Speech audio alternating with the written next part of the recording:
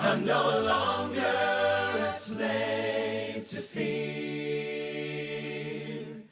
I am a child of God. I'm no longer a slave to fear. I am a child of God. Good evening, church. We want to start off by having some announcements and letting you know about some things that are going on. First of all, we want to congratulate Caitlin and Colby Moffitt on the birth of their son. That's Colin Creed Moffitt. And he was born on Monday, and he's 8 pounds, 1 ounces, and 20 and a half inches long. So we're super happy for them. You probably remember Caitlin as Caitlin Reynolds. But also congratulations to Kent and to Dawn as grandparents, and to Larry and to Paula as great-grandparents, and there's a host of other great aunts and uncles that are connected to our church, but we're just real happy for that family. We also want to encourage you to keep the Gillum family in your prayers. They had that fire that destroyed a big portion of their business, and so they're dealing with insurance companies and cleanup, and just continue to lift them up. You should have a list by now of some frontline people, those people that are doctors and nurses, first responders, police officers, emailed to you, and we'd encourage you to take a look at that and to lift up those folks in your prayers. And please let us know if you need someone added to that list. We want to keep that list growing and keep those people, and also, of course, their co-workers in our prayers. If you need communion supplies for Sunday, just text me or call me and let me know. I can make those available to you. And then we also want to say happy birthday to Tiffany Shepard today. Today's Tiffany's birthday. So happy birthday, Tiffany. And speaking of birthdays, we're going to try to get the calendar for April emailed to you so you can be connected and let everybody's birthday, know everybody's birthday, and let them know that you're thinking about them. And if you have responsibilities on the calendar for worship and you can't fulfill those responsibilities, why don't you go ahead and let Brent Scruggs and Eddie Lee and Greg Peary know. I'm sure they would appreciate you keeping them informed about whether you're going to be available to have your opening prayer or not this month. So, Jess is going to introduce the thought, and we're going to go from there. So this evening, we're going to talk about how the assurance of hope that you can have is far greater than the assurance of fear that you might have. And particularly, we're going to talk about the Israelites and how after they left Egypt and they went to Mount Sinai, they spent their time in the desert, and the things that God did with them and for them to help them see that they can have an assurance of hope that He has to offer. And in the Bible, these are going to be the books that are primarily Numbers and Deuteronomy. And so Jess is going to include some links to some Bible Project videos. There's a couple of those videos. They're about 5 or 6 minutes long each. You might want to pause and watch those, or you may want to watch those at a different time. But they'll give you a pretty good overview of the time period that we're talking about tonight. So the first question to just ponder is, what is assurance? For me, one thing that I thought about was whenever I was a child and I was trying to learn how to ride a bike.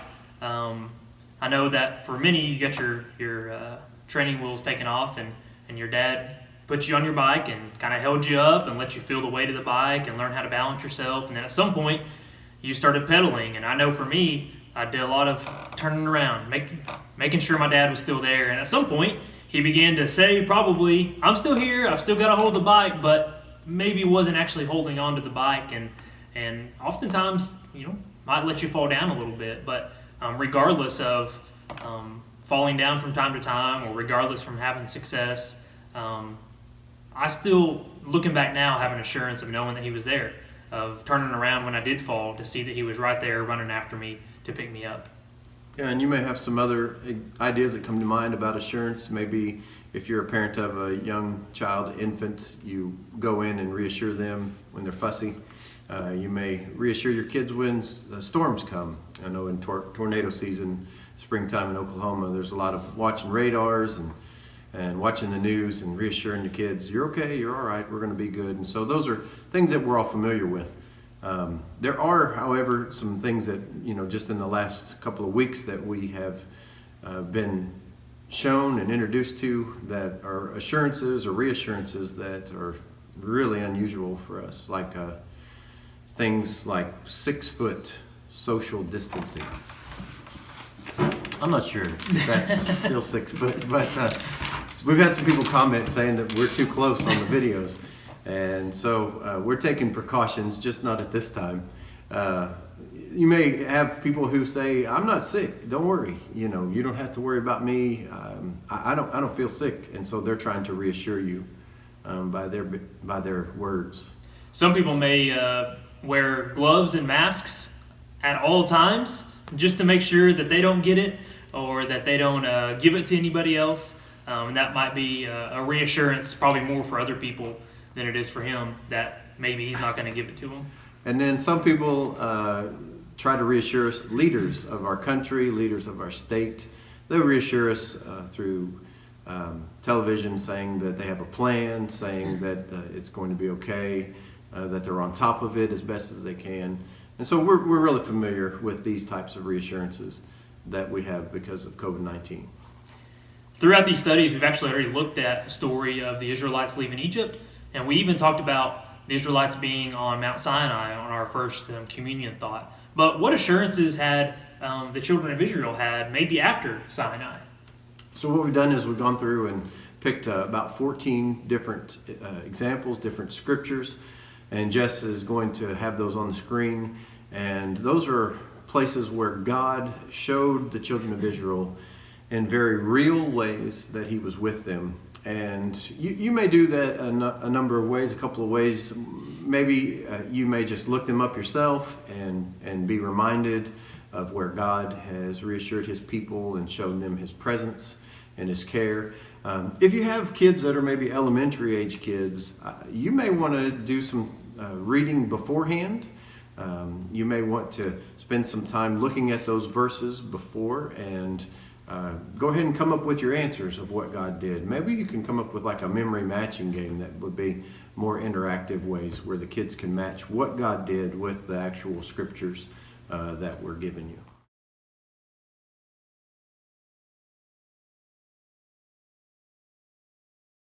Over and over, there's time after time when God reassures his people from when they come to Sinai to when they're on the verge of going into the promised land. And tied into those, you'll have just, if you read Deuteronomy and Numbers, you'll just see that God's people, they were afraid. Despite all of the reassurances, they were afraid. And you can see that primarily in how they reacted. They complained a lot. I remember as a kid growing up thinking, these children of Israel just complain all the time. And thinking how strange that was. And that is seen in Numbers, especially when you get to chapters 11, 12, 13. If you remember in Number chapter 13, that's when the spies were sent up. They sent the spies to look at the promised land, and they came back with a report, and it was amazing. They had huge stalks of grapes, and they had all kinds of evidences that this is a good land, but 10 of the spies said, we can't take it. The walls are too high, the cities are too big, the giants are there. And so only 2, Joshua and Caleb, trusted the assurances of God. And they convinced the people. They convinced the people that it couldn't be done. And in fact, they said, we're going to go back to Egypt. And that was a horrible time, kind of a culmination of their fear leading them to rebel against God.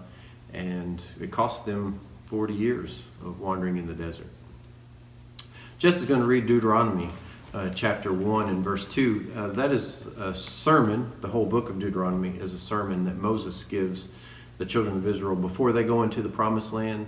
And it is before he passes on and gives his leadership role over to Joshua. But listen to what he says to him. It says in verse 2 of chapter 1, it takes 11 days to go from Horeb to Kadesh Barnea by the Mount Seir road. 11 days. 11 days it takes to go from point A to point B. Horeb is actually Sinai, and so you know that. And so it takes 11 days to travel from Sinai to where they are at this point when Moses is talking to them and reminding them of the covenant. And the sad fact is it's taken over 40 years. Over 40 years, and They just, time after time, even during that 40-year period, they should have been reminded of what God has done. They should have been reminded in very big moments, like when water came from the rock, or when they had strategic military battles over some of their enemies, and the only explanation was that God was in control, that God was the one who had given them the victory. Yeah, and not only those big moments, there were also some smaller moments, and not insignificant moments, but smaller, more constant moments, like the manna that they received. That was a daily reminder. And again, thinking back to what I thought about the Israelites as a child, I thought, how could you lose sight of who God was from those daily reminders like that? And also the pillar of cloud and fire that would lead them by day and night, every single day. God would lead them that way, and then would stop and show them where to camp. And there were generations of Israelites that didn't know any other way, that there was a constant reminder that they were constantly, that were always grew up remembering and being mindful of. And maybe even those constant daily reminders are the ones that we forget the most just because we're too familiar with them. And it seems to be that's the case with the Israelites. And on top of the big moments and on top of the constant reminders like Jess just mentioned, there were the reassuring words. I want to read a few of those to you, and it started with Moses and God's talk to him. Exodus chapter 33 and verse 12. Moses said to the Lord, "You have been telling me, lead these people, but you have not let me know whom you will send with me. You've said, I know you by name, and you have found favor with me. If you are pleased with me, teach me your ways so that I may know you and continue to find favor with you. Remember, this nation is your people." And the Lord replied, "My presence will go with you, and I will give you rest." Moses said to him, "If your presence doesn't go with us, do not send us up from here. How will anyone know that you are pleased with me and with your people unless you go with us?" And so God is reassuring Moses that he would be with him, that he would go with him no matter where. We can see as we get further into the story, in Deuteronomy chapter 31, that there is reassurance as well given to Moses and given to God's people. That's in Deuteronomy chapter 31 and in verse 23. The Lord gave this command, and this is actually to Joshua, the son of Nun. "Be strong and courageous. You will bring the Israelites into the land I promised them on oath." And he says again, "I myself will be with you." And as you make the transition from Deuteronomy, when Moses passes away and the leadership is given over to Joshua, one of the very biggest themes in the first chapters of Joshua is that God says over and over, "I'll be with you." Listen to a few of those from Joshua chapter 1 and in verse 5. "No one will be able to stand up against you all the days of your life. As I was with Moses, so I will be with you. I will never leave you nor forsake you." And then in verse 6, actually it's verse 9, sorry. "Have I not commanded you, be strong and courageous, do not be terrified, do not be discouraged, for the Lord your God will be with you wherever you go." And then in verse 17, the people say back to Joshua, "Just as we fully obeyed Moses, so we will obey you. Only may the Lord your God be with you as he was with Moses." In chapter 2, you see the interaction between Rahab and God's people and the spies. In chapter 3, as they're about to cross into the promised land through the Jordan River, it says in verse 7, "The Lord said to Joshua, today I will begin to exalt you in the eyes of all Israel, so that you may know that I am with you as I was with Moses." And then in verse 9, Joshua said to the Israelites, "Come here and listen to the words of the Lord your God. This is how you will know the living God is among you." And then he talks about how he's going to drive out the nations. And so not only do they have the physical manifestations, they have the miracles, they have those big moments, they have the smaller everyday moments like Jess was talking about, the manna and the pillar of fire, but they have the literal reassuring words from God telling them, "I'm going to be with you. I'm never going to leave you. I'm never going to forsake you." And so as we read that, again, it's easy to look down on the children of Israel. It's easy to see them as complainers and grumblers. But we really should be honest and ask ourselves, how often are we afraid? How often do we forget God's assurances and the hope that he gives us because he reassures us. And in the middle of Moses' sermon to the children of Israel, there's a very important scripture that we want to take you to next, which is Deuteronomy 6, verses 4 through 9. I've asked Jess if he would read that. Deuteronomy 6, verses 4 through 9. It says, "Hear, O Israel, the Lord our God, the Lord is one.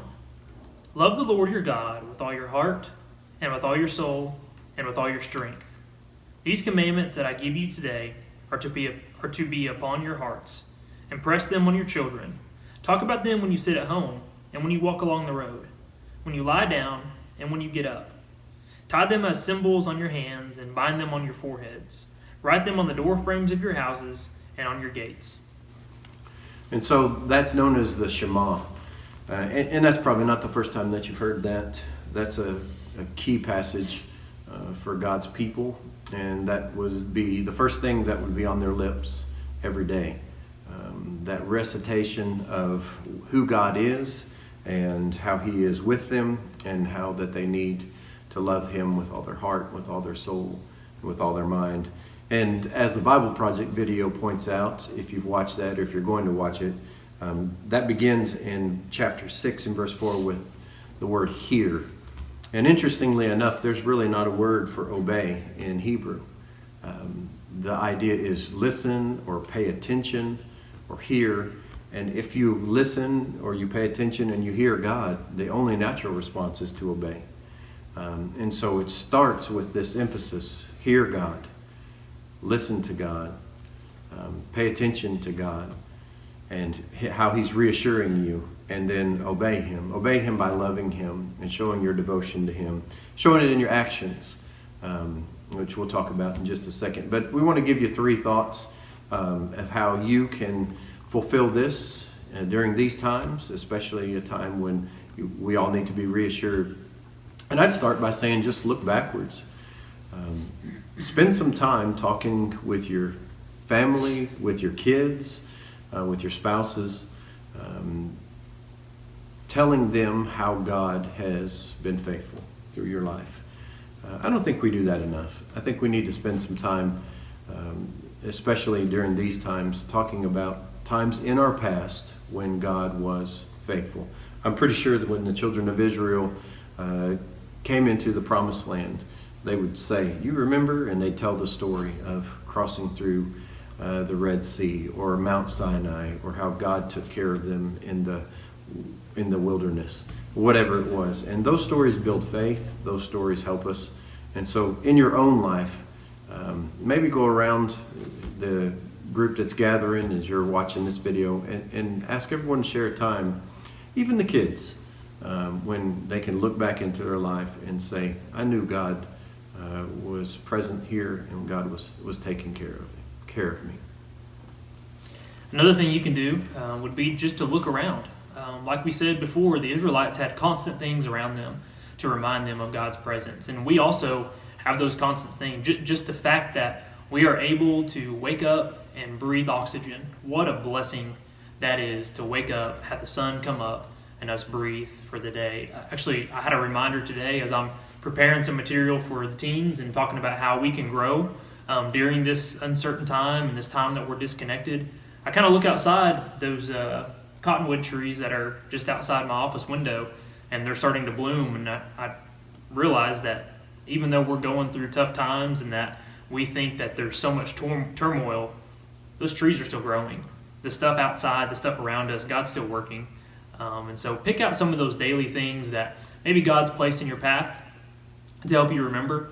One of my best friends just had a new baby, and I know I'm sure at this time they're able to watch their baby grow and watch their baby interact with the world and interact with them, and I'm sure they're amazed at how God has done that and has helped them create a live being. So find some things like that can help you remember Him, not only during these strange times, but throughout the rest of your life. Just those daily reminders of how active God really is each day. And then maybe one last thought for you. Remember to look to His Word. You know, we wouldn't have any type of lessons like these to be encouraged if we didn't have God's written Word. And so spend some time as a family reminding yourselves of God's promises. Spend some time reading God's scripture together and really being just reminded of the treasure of assurances that we have. He does know how forgetful we are. And so over and over and over, he tells us, don't be afraid. And those promises are wonderful ways that we can look into the future with his word there with us. I'm going to have Jess read that Deuteronomy 6, 4 through 9 one more time, and then share just one last closing thought. Hear, O Israel, the Lord your God, the Lord is one. Love the Lord your God with all your heart, and with all your soul, and with all your strength. These commandments that I give you today are to be upon your hearts. Impress them on your children. Talk about them when you sit at home, and when you walk along the road, when you lie down, and when you get up.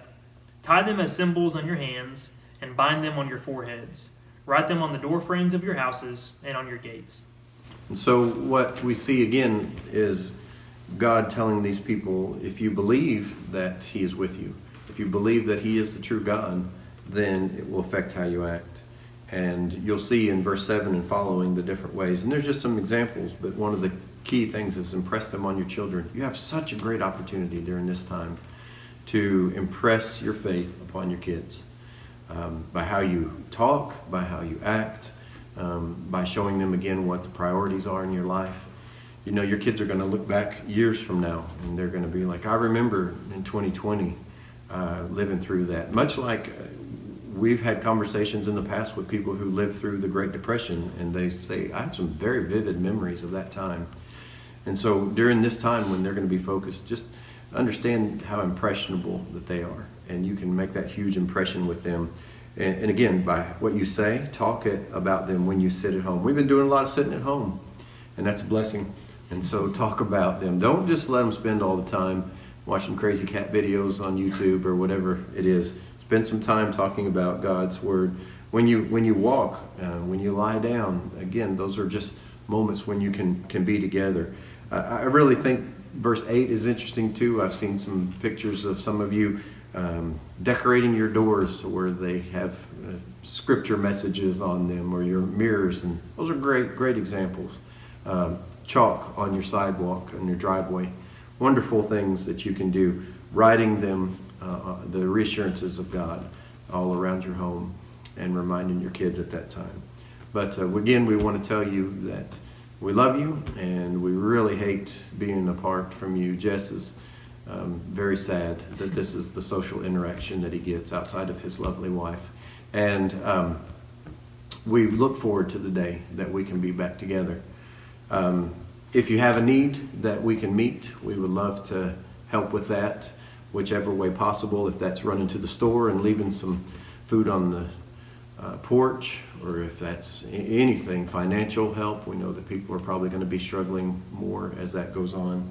And again, Jess is going to be reaching out with some videos and some opportunities with our teens. And so you sent out an email, right? Yes, you. Yeah, there's an email, you parents, that I have emails for in Breeze, kind of describing what we're going to plan on, asking for some feedback so we can figure out what time's going to be best to try to do maybe some Zoom meetings. But refer to that email, and if you have any questions, you can let me know.